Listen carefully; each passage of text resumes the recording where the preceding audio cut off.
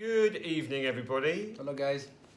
and welcome to the third edition of High Live, the Monday night stream, coming at you live, of course, from HiCom HQ here in Shanghai. This is an international community based around our live stream, getting together expats, internationals, everyone really.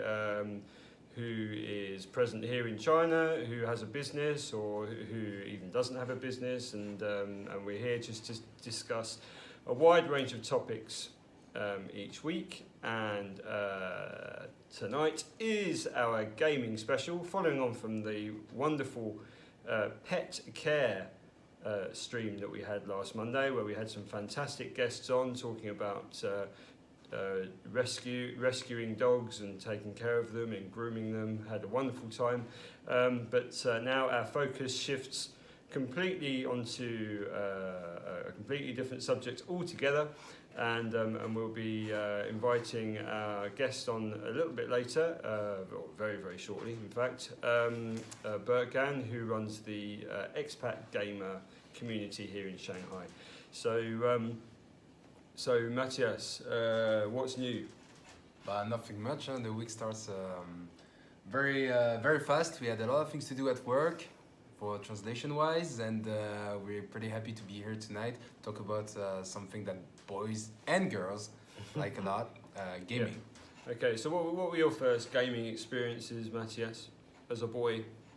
Me, I started to play video games when I was like very young, 7 years old, kind of. Like got the first like Mega Drive back in the days, playing Sonic. Then after like switched to the PS1, and yeah, we've been going like through like PlayStation to computer games. When I was a teenager, playing World of Warcraft, and at the same time Rugby, which was not very compatible because like, people are thinking, Sure. oh, you're playing computer games, also playing Rugby. What's wrong? But no. And yeah, and since then, I always enjoy my little 2 hours of like relaxing at home playing PlayStation. My girlfriend doesn't really like Right. it, but you know. So you're still playing games now then? Exactly. Need Yeah, a to couple of relax hours a sometimes. night. Yeah. Yeah. No, Okay. not every night, but Yeah. you know. And do you hook up with people online, or is that just an offline thing, just at home? Back home in France, like I used to play online a lot with my friends, but since in China it's a little bit more complicated, and we will find more about it later. I tried to play only a solo game. Also tried to play online with my friend, but like local online kind of LAN, so it works better. But yeah, that's what we do. What about you? Okay, just to welcome JC into the chat. So I just see he's just arrived. Salut JC. Hope you're Salut, doing. JC. Hope you're doing good. Hope you had a good day. I've not been a particularly regular gamer for the past few years, to be honest. Most of my gaming activity took place when I was very young, much younger, early teenager.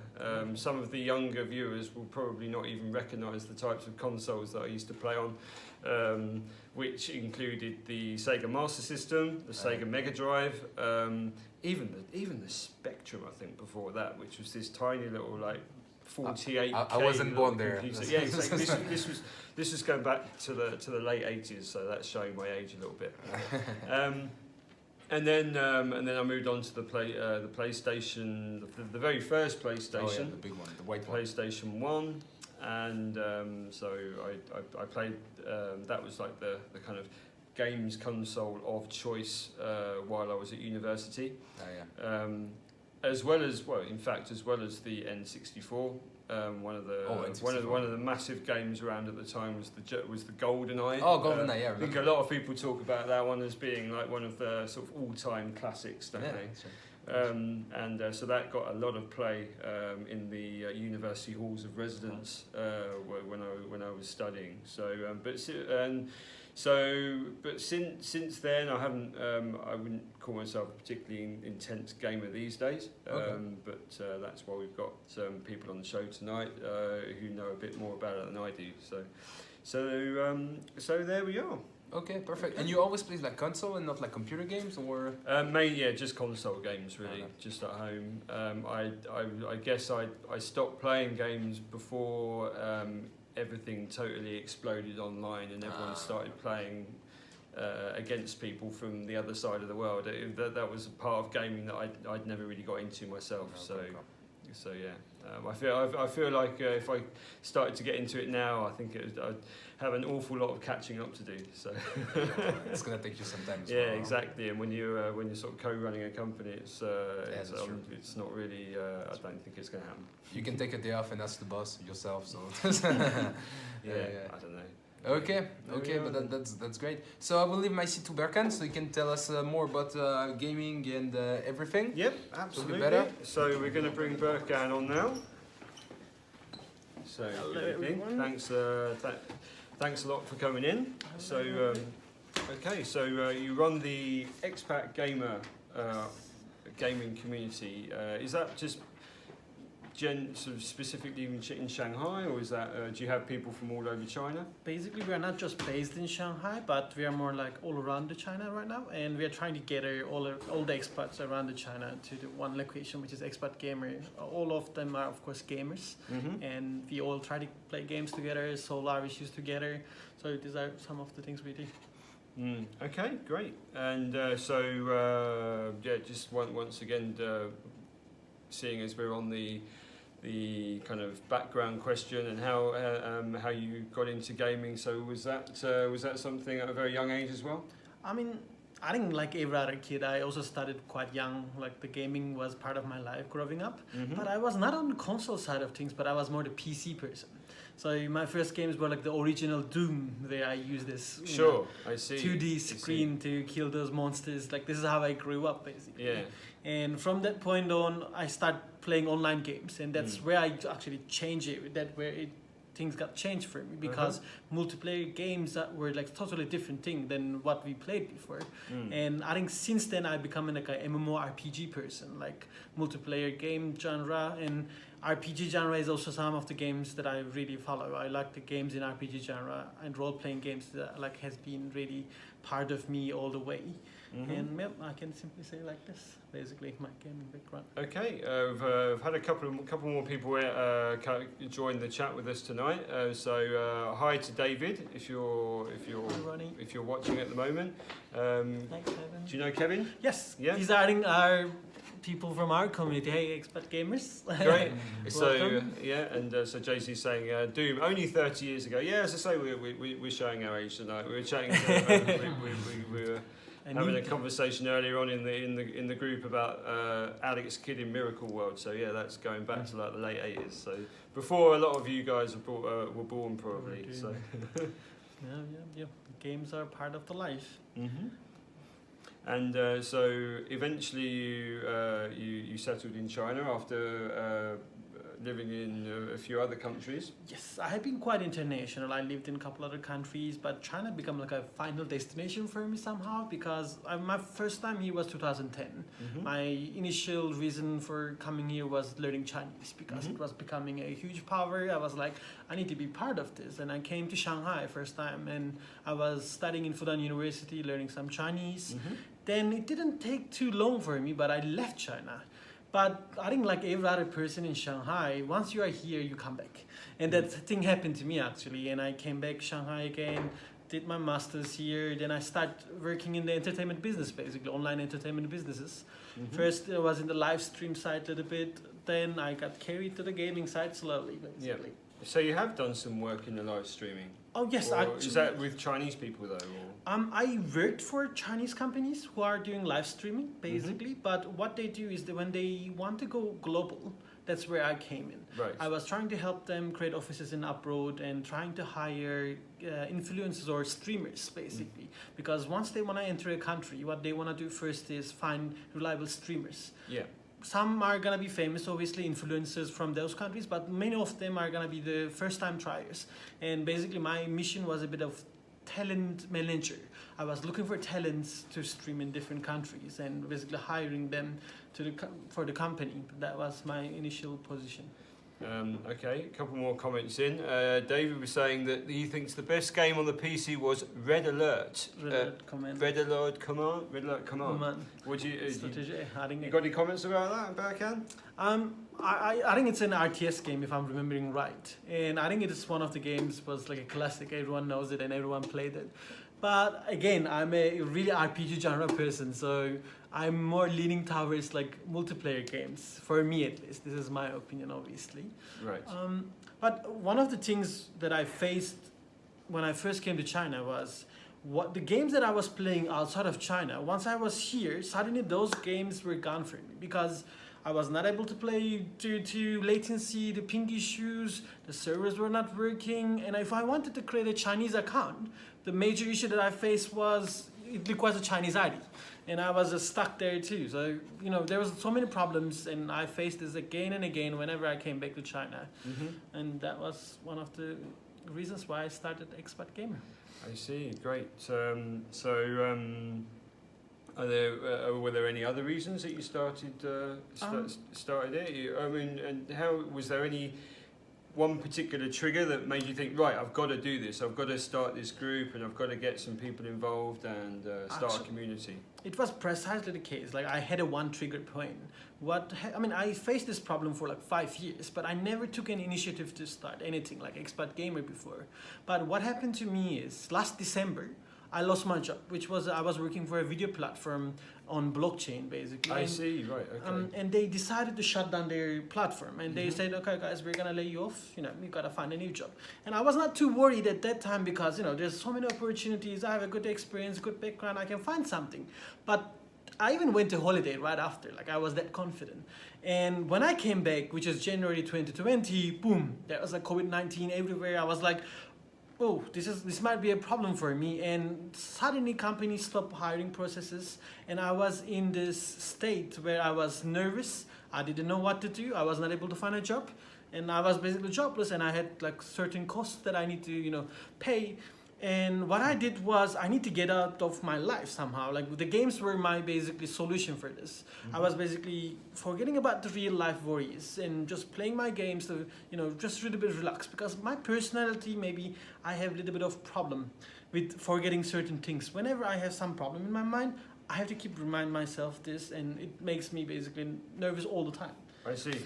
And at the end, basically, the games were the solution for me, and I thought about this. Maybe I'm not alone. Maybe there are other guys who lost their jobs, maybe in their difficult times, and they are trying to play games, and they don't have the solution that I have. Because what I found during this period is an application to basically help you access the games outside of China. So I was able to play the games again, and I really wanted to share this information with others. So that was the initiative, basically. That was a trigger. And I started Expat Gamer. My first article was how to reduce your ping in China. And that is the article basically kickstarted everything. And from there on, Expat Gamer has been growing. I was alone in the beginning. Now today we are like a team of 8, helping me, 7 other good guys there, helping me, and we are growing every day. Yeah, I'm really glad I started. No, that's absolutely fantastic. So I see a couple more guys have just come in and joined. Good evening, James. Hope you had a good one on Friday. If you've got any questions to ask Berkan, then feel free. And if you would like to join his community, I'm sure Berkan would be delighted to have some more of you on board. Got another question for you. You've got 2 or 3 different WeChat groups within the Expat Gamer umbrella, as it were. So maybe you can tell us a little bit about the differences between each one. Yeah, sure. So initially, when we just started Expat Gamer, obviously we didn't have many people in our group, but eventually these groups become full of people. Right now we are reaching the full capacity, and chats become unreadable. Like you cannot follow them anymore. Sure. And that was the initiative why we wanted to create the subgroups, we call them. Now we have a group for console players, which all the talk about in this group is about consoles. Strictly consoles. Yes, strictly consoles. Sure. Then we have MOBA groups where people talk about League of Legends or Dota or another MOBA games that they have. And also another popular genre we created was Battle Royale games. Yep. The Apex, PUBG, Warzone, Call of Duty Warzone, basically all those games, and those topics goes there. And today actually we started another one, which is called Buy and Sell Group, where gamers can sell their second-hand items, second-hand games to each other. Okay. So this is our newest initiative, and it's already like 100 people I think there. Right. And great. Yeah. So kind of like a can you do they just come on and do exchanges as well if they got one to swap with another person? That's actually what we want from them, because with gamers there's that problem. You get a game, you play it and you're tired of it, and maybe you don't even touch it again. Yeah. So exchanging with each other, some kind of swap shop or exactly. is the French would call it. But that's what we would like to see within the community, and I think people are already start doing it today. I've seen some people buying, selling, exchanging, so I think it will come eventually. Yeah, because you mentioned League of Legends. We've got JC mentioning. What is it? He's What about mentioning League of Legends? He's mentioning League of Legends as well. Almost ruined my university because of that game. But, with League of Legends, within our community, actually, we have a little bit. We are not on the same page. So what is happening is League of Legends has two sides. One is a Chinese service and one outside of China. Obviously, you can use the Southeast Asia or the international version of it. So most of our community members like to play on the Chinese server, and some of us don't want to go through the hassle of registering in a Chinese server. Right. So we are a little bit separated on that page, but we still love League of Legends, definitely. Yep.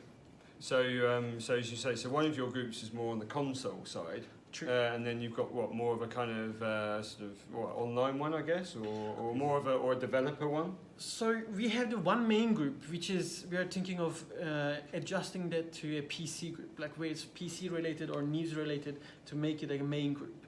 But right now, all the topics basically can go into main group right now. It's a very general. But for development, we don't have a really group right now for at the moment. Maybe in the future, if there is a good interest comes in, we will definitely evaluate that.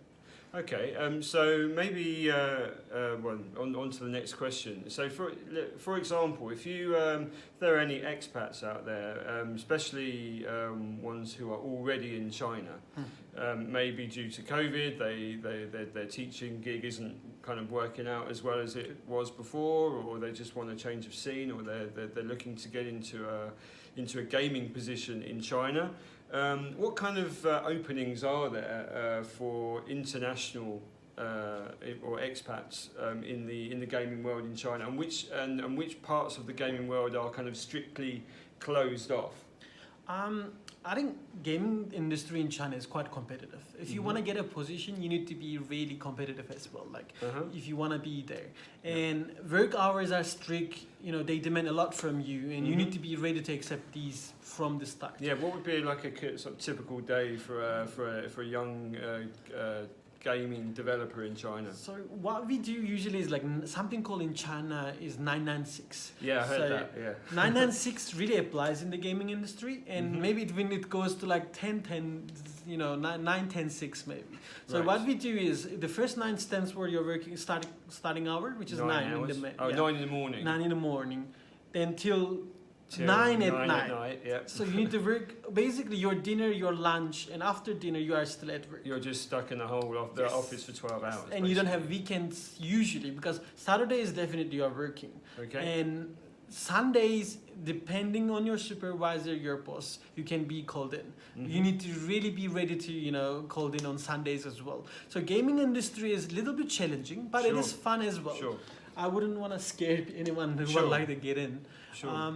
Do you think they make it like that so that that only the most motivated the people come in to join, or maybe it's also because it's a very competitive area and it's very popular and lots of guys want to work in this industry and for some of the big companies, so maybe the companies are at an advantage whereby they can implement this kind of system because they know they know that people are willing to put in those hours because they will be working for such a prestigious, as it were, company. I would say a bit of both, but also there's the factor which is Chinese work culture. I think that also plays a big role in this one. Not only the gaming companies, but most of the startup companies that I experienced, they also do apply this 996 working hours. Yeah. So I think when it's technology related, when it's digital related, you need to be kind of ready to working within these hours if you want to work for a Chinese company. Yeah. And gaming companies are definitely a specific one. You are gonna be maybe even challenged more than the other ones.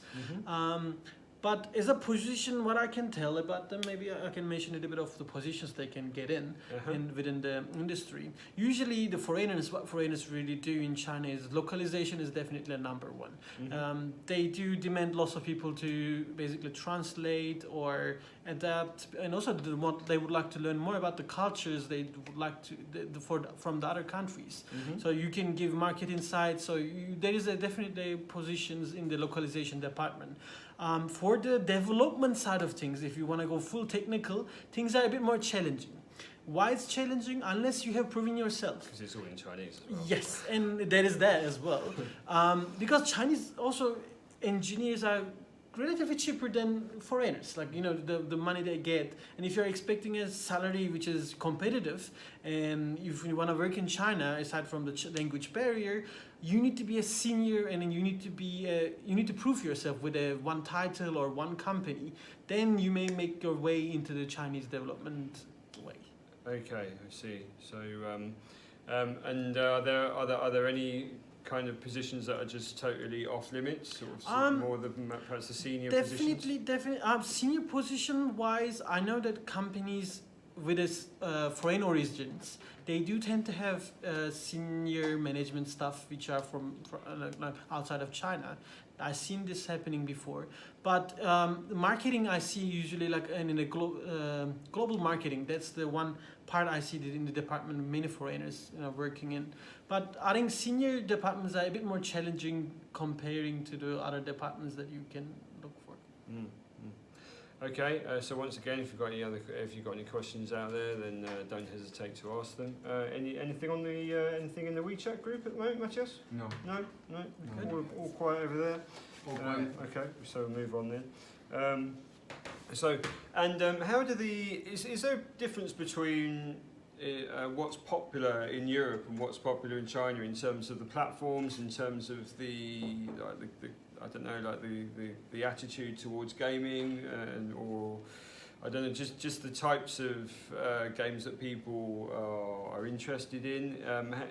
Are there any major differences between the two continents? I would say there is a significant difference. I mean, for example, the reason I think behind this difference is the limitations put by the maybe Chinese government here.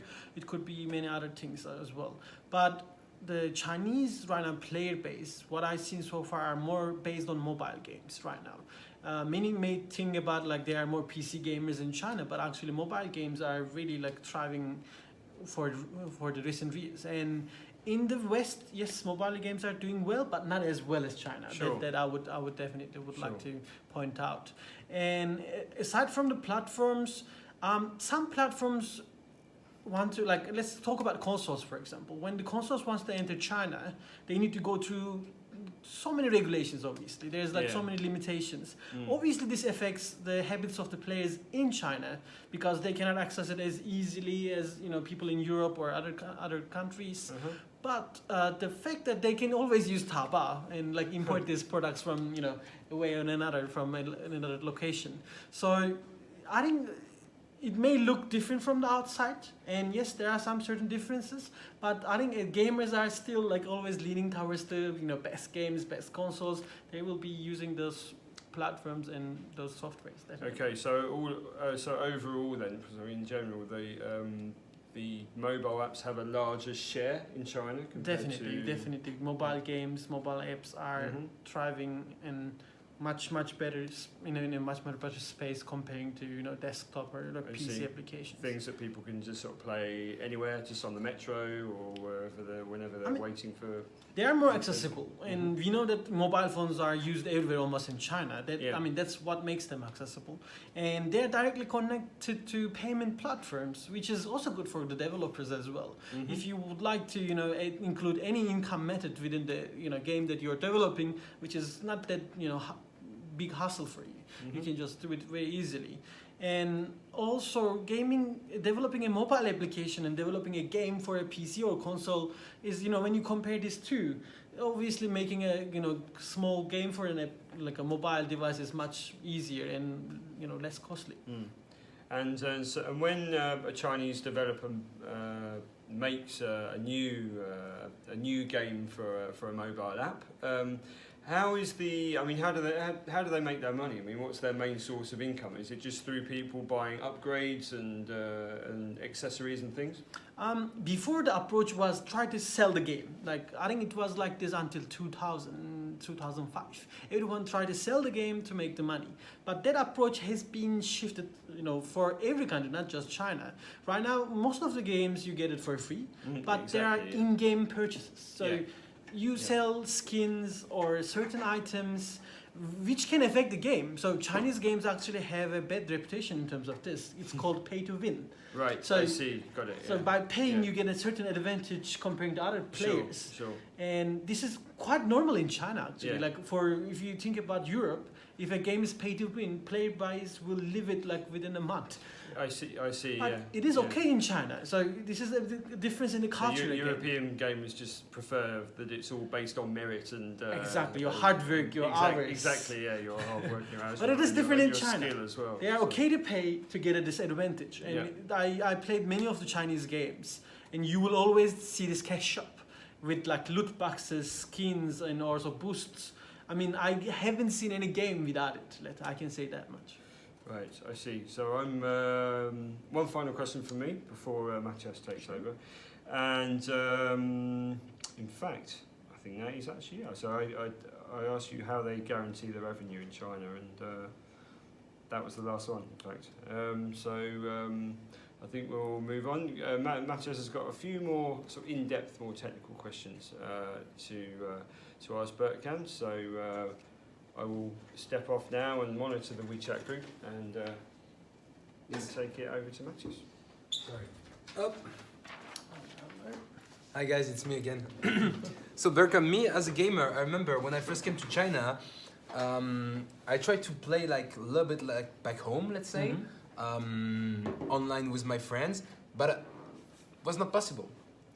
Among different games, I would say like FIFA on PlayStation for the most common, or Overwatch as well. Most people know it. So can you tell us, maybe explain us why, or if there any solution, like how we can fix it or anything like that? So when you are playing a multiplayer game, first thing matters is the distance. Obviously, we are located in China. Your friends were probably somewhere in Europe, and that distance causes some certain latency, a ping. Usually that's the main problem, that you cannot play the games, between continents.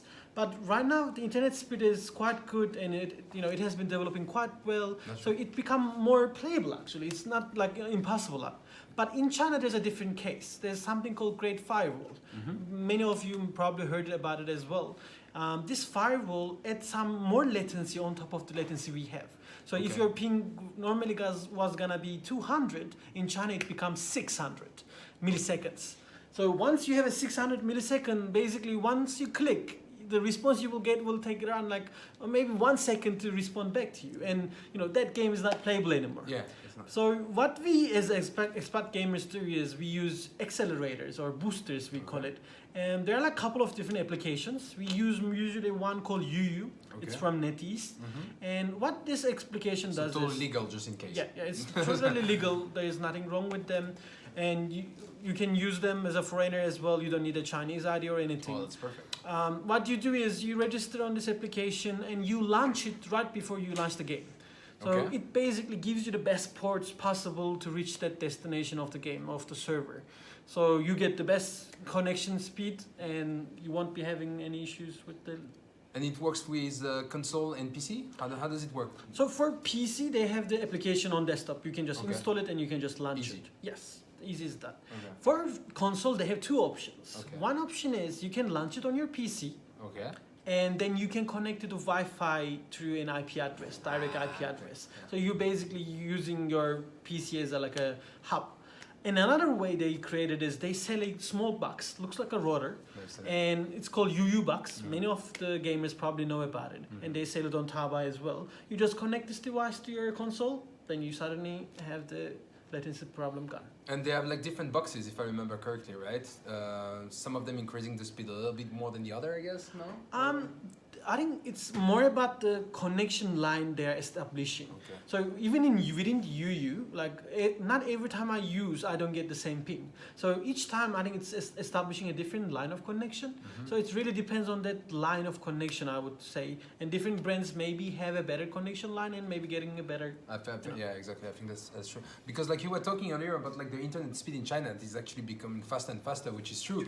But I remember like, sorry, like my own apartment, I have a 300 megabytes debit. So actually that's very good speed. Like back home, like you can play like very well with it. True. But here it's still like lagging when I'm playing FIFA or stuff like that. So that UU box can really help with it, right? I mean, if you want to be a gamer and if you would like to play games with a service based outside of China, you kind of have to have this booster softwares.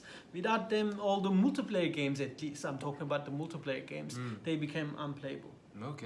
Okay. And do you have any other like solution or tips like for gamers who are like watching us and they want to find like maybe cheaper and reliable gaming gears in China? Because like that UU box, for instance, it helps a lot.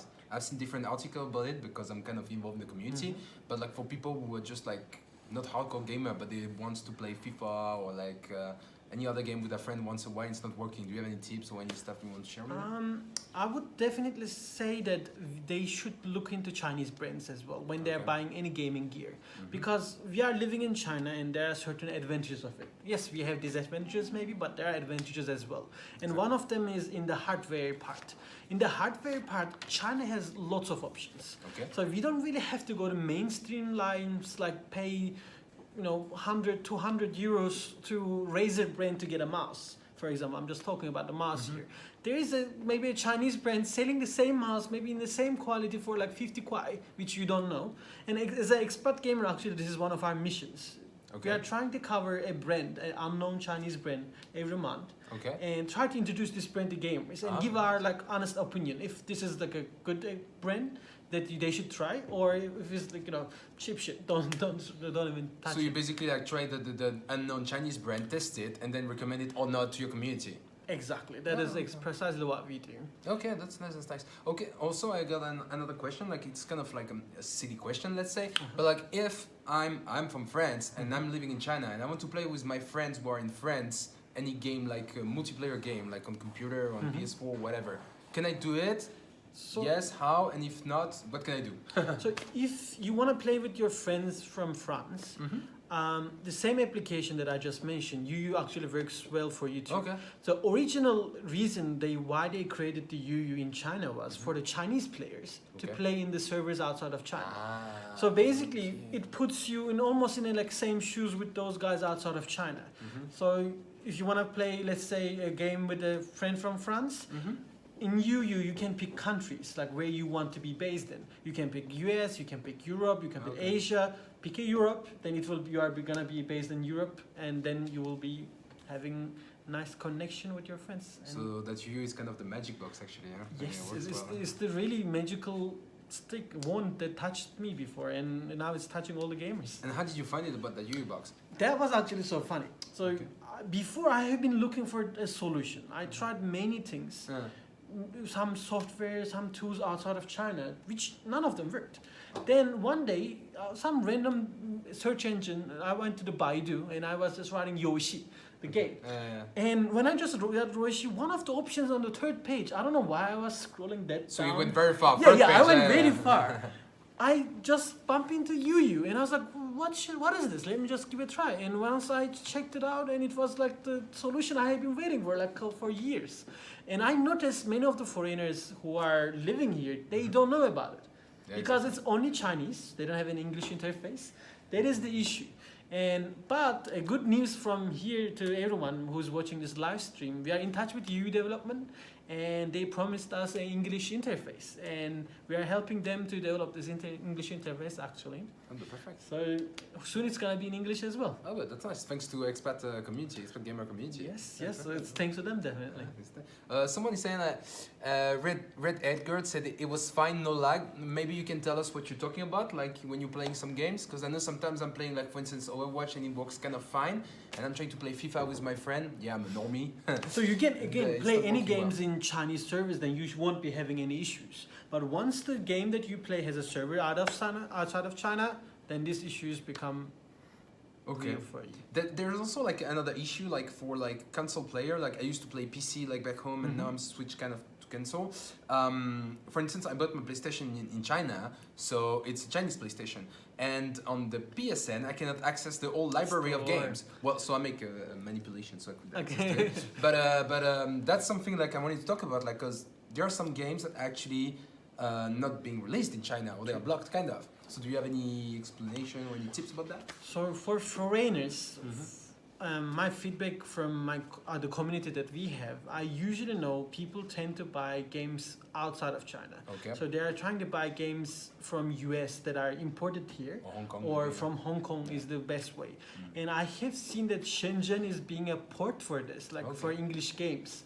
So usually the games you buy here are either Chinese or censored within many things within inside. So for Expat Gamer community, what we do is we have some contacts. Once somebody asks, we can share with them, and they can just visit those guys, and they can just buy English games if they want to. And about the store page, I know there are solutions, because if you join our console group in Expat Gamer, some guys know how to change the origin of your PlayStation. That's what I did. Yes. Good. Then you don't have the store problem anymore. Yeah, So yeah, that could be a solution for you as well. It's a very funny manipulation to do, like you do left, right, R1, R2, bam, and then you change the location of your PSN, and it works well actually. Yeah, cool. Also, like something like not really related to Expat Gaming Group, but China JohnCon is there this week. As a gamer, maybe you heard about it, or you've been there yourself, or some members of your community have been there. So if you can tell us a bit more about what it is and what they are. Is it like BlizzCon? Is it like any fair like that? I am following actually JoyCon quite closely, and we have been reading articles about it on our groups as well. Okay. And I haven't been there actually myself, but I heard from the people who have been there recently. They were telling it's more like a B2B site, where companies, especially gaming related companies, approach each other, make deals there. So I think they will try to imitate the atmosphere like TwitchCon or BlitzCon, but I think it's gonna be a little different than that, especially considering the current pandemic issue. Exactly. That may affect also the schedules or participants. So I'm not really too hopeful about it. Let's put it this way. Okay, I will try to go there anyway, and I will give my feedback next Monday on the next live stream. Perfect. Yeah, and also like something like, since you said, like you mentioned earlier that you've been living like in different part of the world. I know you're from Turkey. You told me like offline that you were living in another European country. I'm not gonna tell you life to everyone, but and now you're living in China. Have you seen any differences between like, let's say, Western games and Chinese games, Chinese gamers, the way they react, what they want when they're paying on something?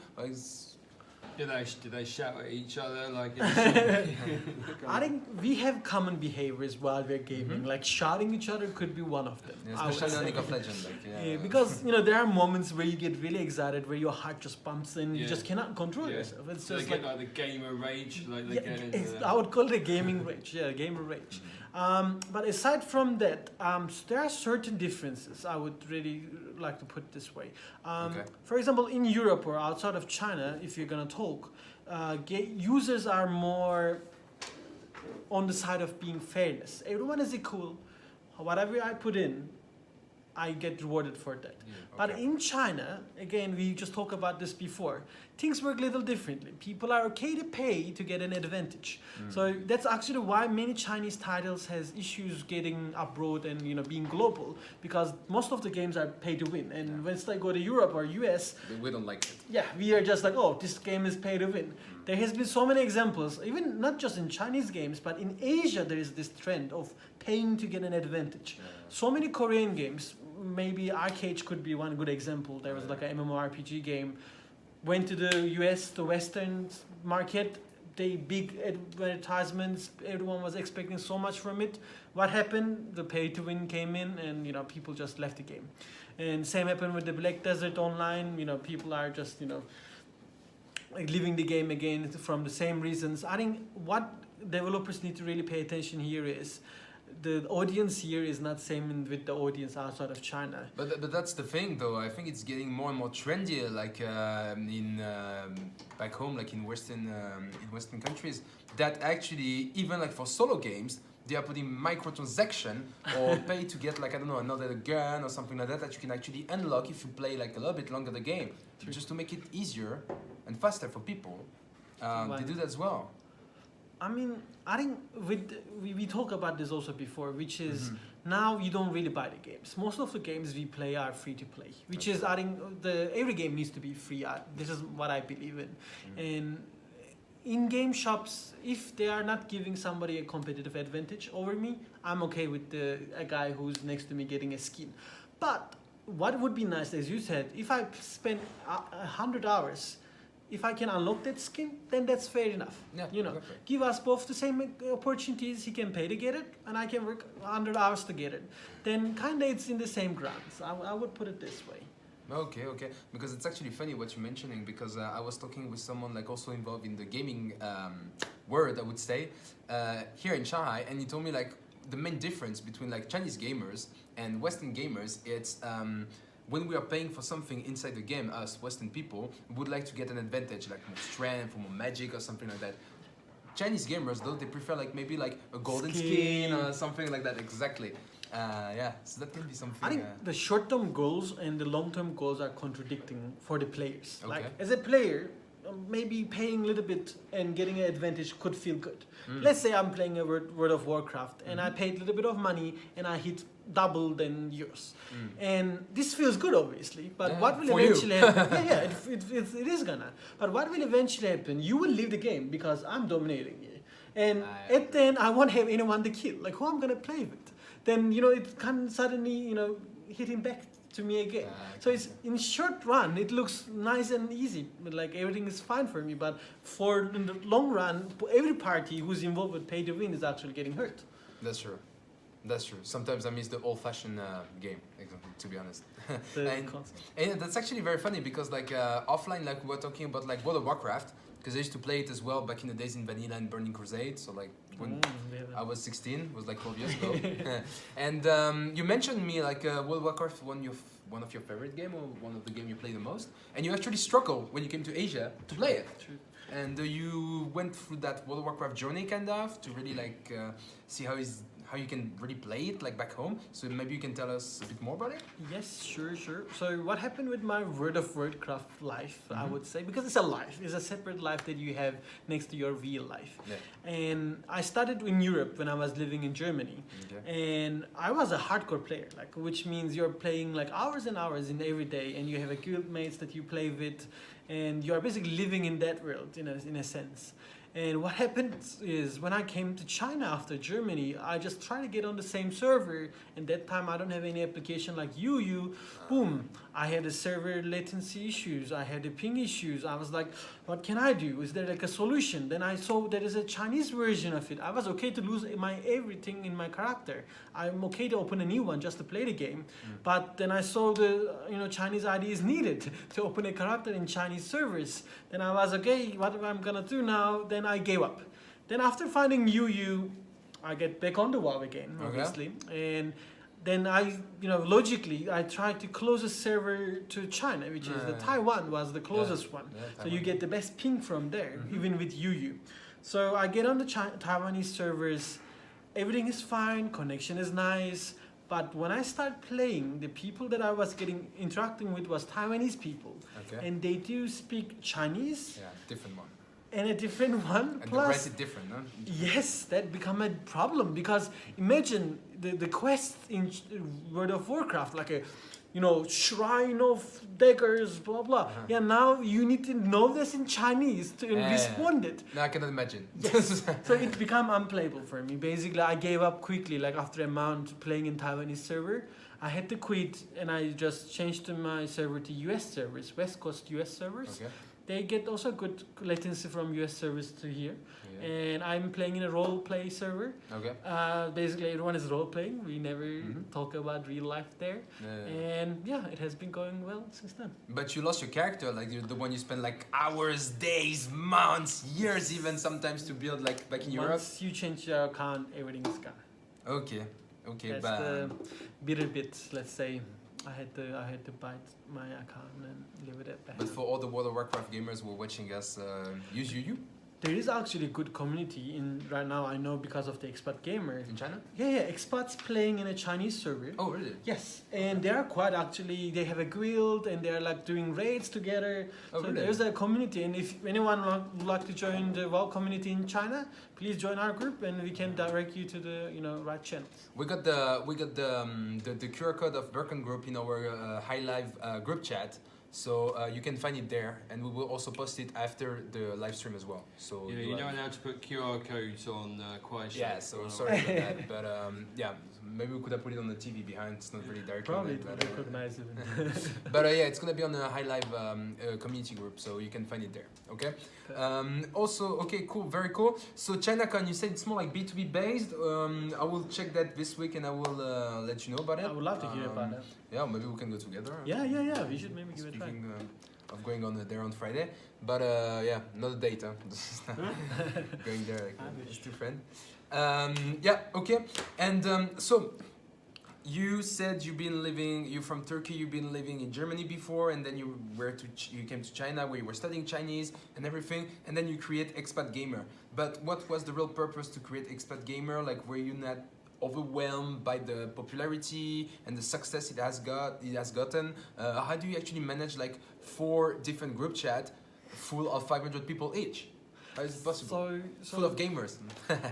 I mean, I was quite shocked and surprised in the very beginning because I was not really expecting so many foreigners to have similar problems like I do. Because when I talk in real life, nobody tells about their gaming habits. Really, you just keep it, kind of hidden. But actually, in the background, many people were having these issues. And as soon as I published the first article, things start rolling down. And once we hit the big numbers, of course, this thing become, too much of a task for me. Like I couldn't, manage everything by myself. That's the reason why I actually went to the way of creating a team. Okay. And this team was created solely from the members of the community. Actually, I didn't look for people from outside. So active community members, and I proposed them, would you like to be part of this and help me manage everything? And they were too kind, and they said yes, and we started like this. Now within the team, we are right now a team of 8. Everyone has a different task. Okay. Some are working in the department of tournaments and offline events. Some are working of the group management and adding more people. So some of us, which including me, we are working in the more B2B marketing side of things. Okay. And then we have a person who's dedicated to console. Which is doing everything about consoles. Then we have a person dealing with Xbox specific. Then we have a person dealing with we basically divided everything nicely within the group, and that basically right now helping us a lot because after they joined, things start improving a lot within the Expat Gamer community. We started so many things which I was not able to obviously alone, and things are improving since then. Okay. Apparently, Kevin said we are many. Yeah. Yeah, apparently you guys are many. Kevin is adding, if I'm not mistaken, is the Kevin from our console. We call it console. Okay. Console of Eldron. You want to call him, have a quick chat with him? But Kevin, if you have to have a quick chat, maybe you can send a message. Yeah.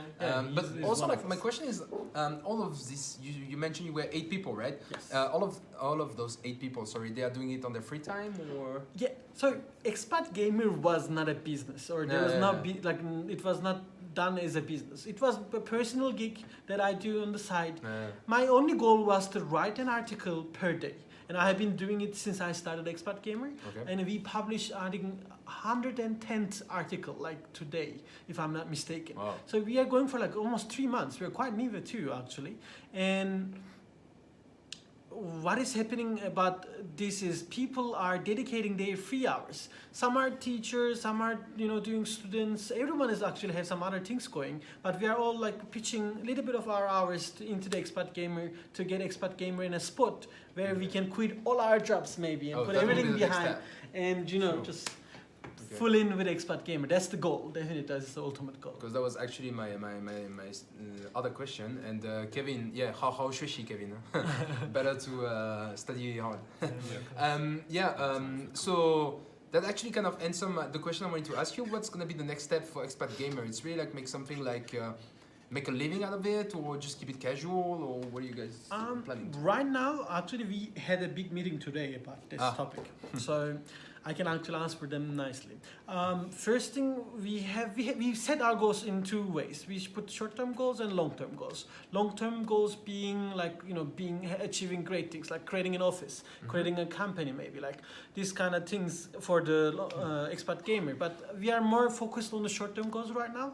And we have on the pipeline right now a podcast coming. We're going to be doing a gaming podcast specifically China. That is because the easiest way we can reach and, share some information with the gamers, aside from WeChat, VTOY. Okay. And our merchandise is coming. That is another good thing, which is, I don't want to really talk much about it right now, but Expat Gamer merchandise is coming. So hopefully we will be, providing those merchandise soon to them.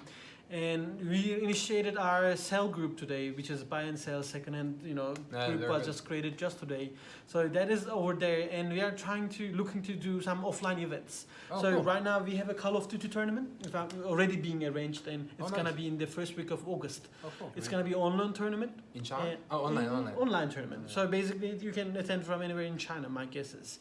And the second one is we are trying to do an offline tournament, which we are gonna get a spot with the PlayStations. Maybe it's gonna be FIFA, maybe it's gonna be something else. Tell me about that. Is on the way as well. So we have actually lots of plans for Expat Gamer.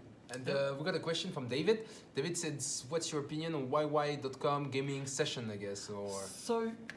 YY is an application used for communication, for the gaming.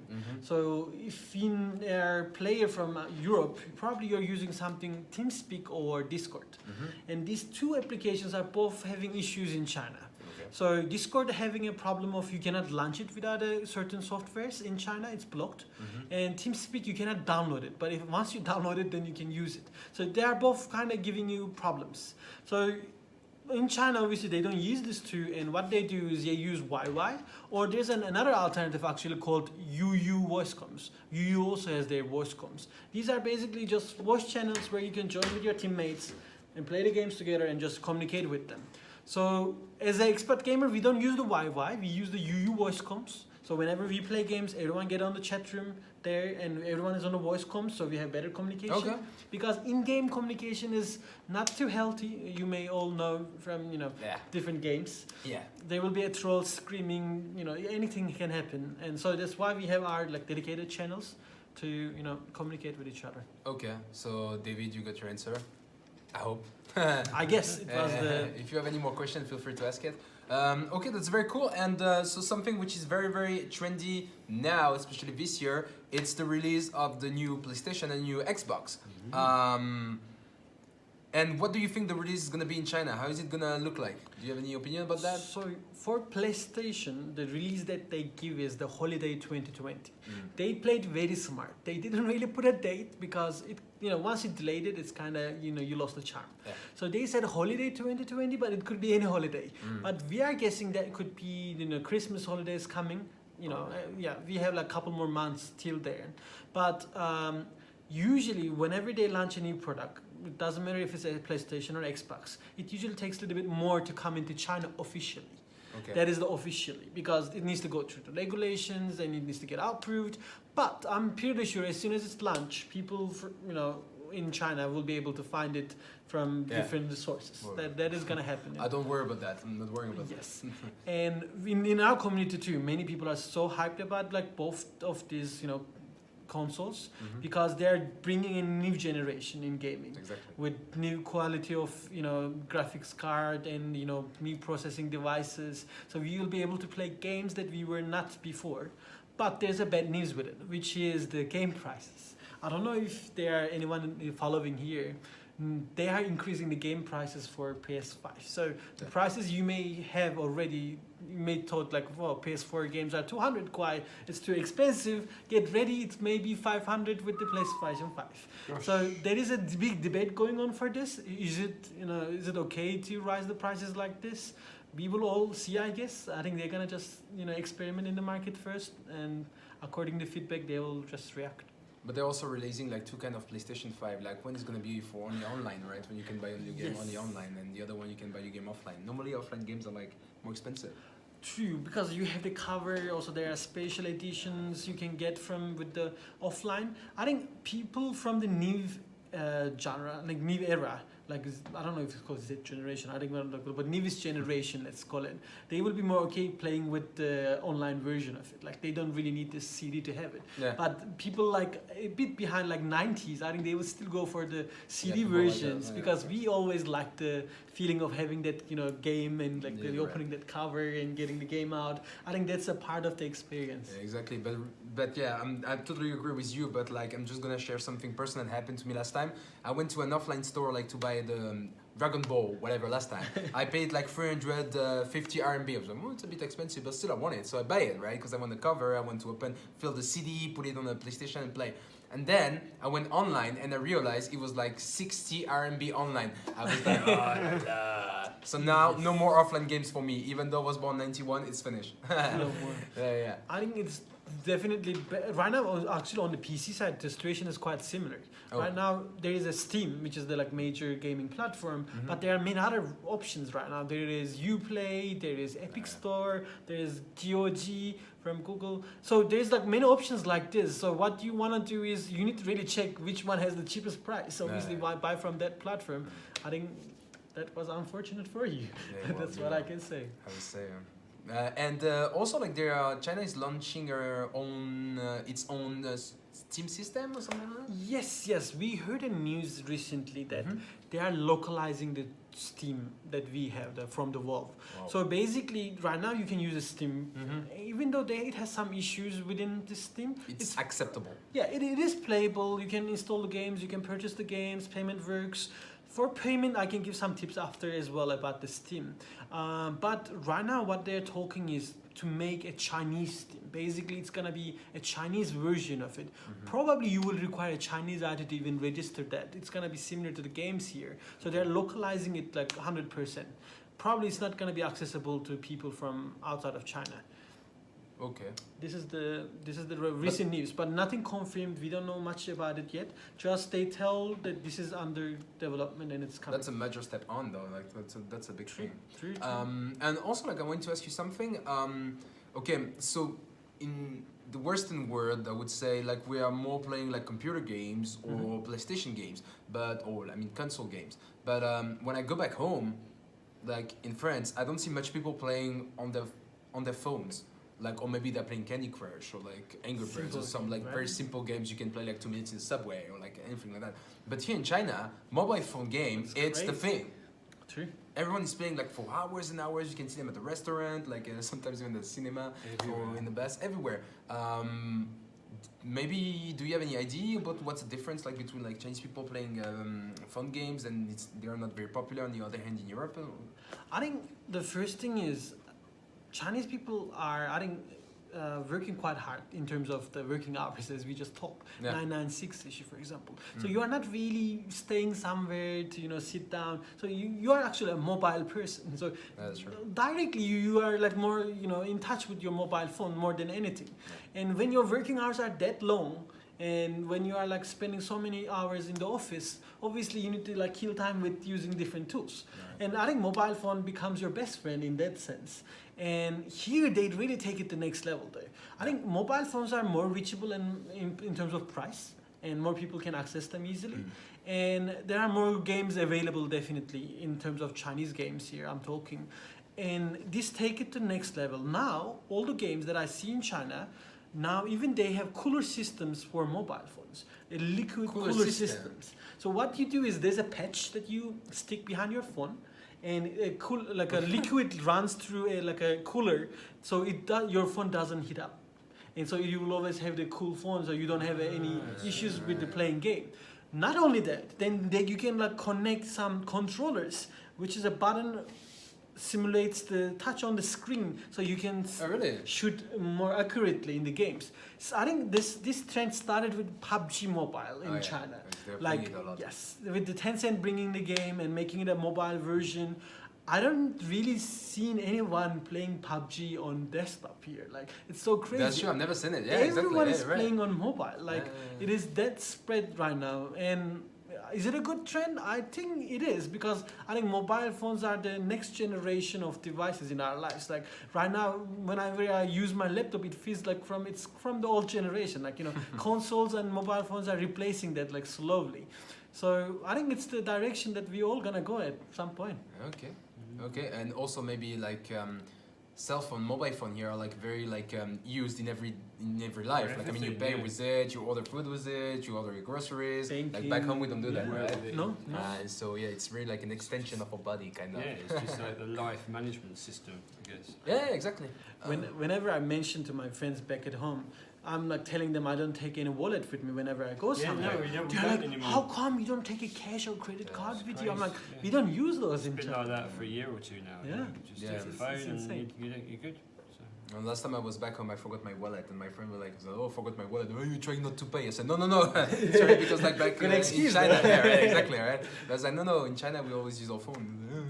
But yeah, I don't know. So if you have any other question, if people have any question here, you can send it on the chat. Do you have any more question, Robert, or on the High Live widget group as well? No, I don't think it's been pretty quiet. Or if tonight on the Berkan group, wants so, to say something about this community, like we forgot to mention, or anything Maybe like I that. can give Yeah. one quick tip to guys. Yeah, of Yeah, course. go Yeah, for it. yeah. Yeah. So if you are gaming on PC and if you're using Steam as a gaming platform, you probably try to purchase something and you've seen that you cannot use your WeChat or your Alipay because it will stop you. It will say you are a foreigner and you are using a foreigner WeChat account and Alipay account and you cannot pay it, Yeah. which is, well, of course, not a good thing for us as a gamers, expat gamers here. So what you can do, there's a solution around it. Of course, you can always ask someone to pay for you. That's easy shit. But there is actually a proper way, which is if you have any bank card from any Chinese bank and a debit card, probably you do if you are using any payment system like Alipay or WeChat Pay. So there is also another third option called Union Pay option there. Yeah. So once you click that, it's an English interface. You just verify your phone number and you just enter your basically card information and you can just make the payments without needing anyone. So as a foreigner, Really? there's a way to pay. Okay. Well, good tip. Thanks. Yeah. Thanks. I don't know if you have any other question, Robert. Great, no. No. All good for me. Apparently, like, thanks, guys, for joining the stream today. Then. Normally do about an hour. Yeah, so it should be good. If you have any question or if you want to find out more about Berkan's gamer group, we're gonna display the QR code in the High Life community widget group, so you can find it there. And if you have any other question, he's also in the group. Feel free to add him directly and also ask him, Always welcome. or add him or anything like that. And very pleased to have you tonight. My pleasure. My And pleasure to be here. I hope your group will go to the next step. Yes, we Okay. all hope so. Okay. Thank See you you. guys. See you. Bye-bye, guys. Bye bye. Thanks See for you. following. Bye Bye. bye. See you soon. GG. Bye. GG. Those are gamers. Yeah, that was a gamer. Level up. Alright, Okay, see see you. you. Bye.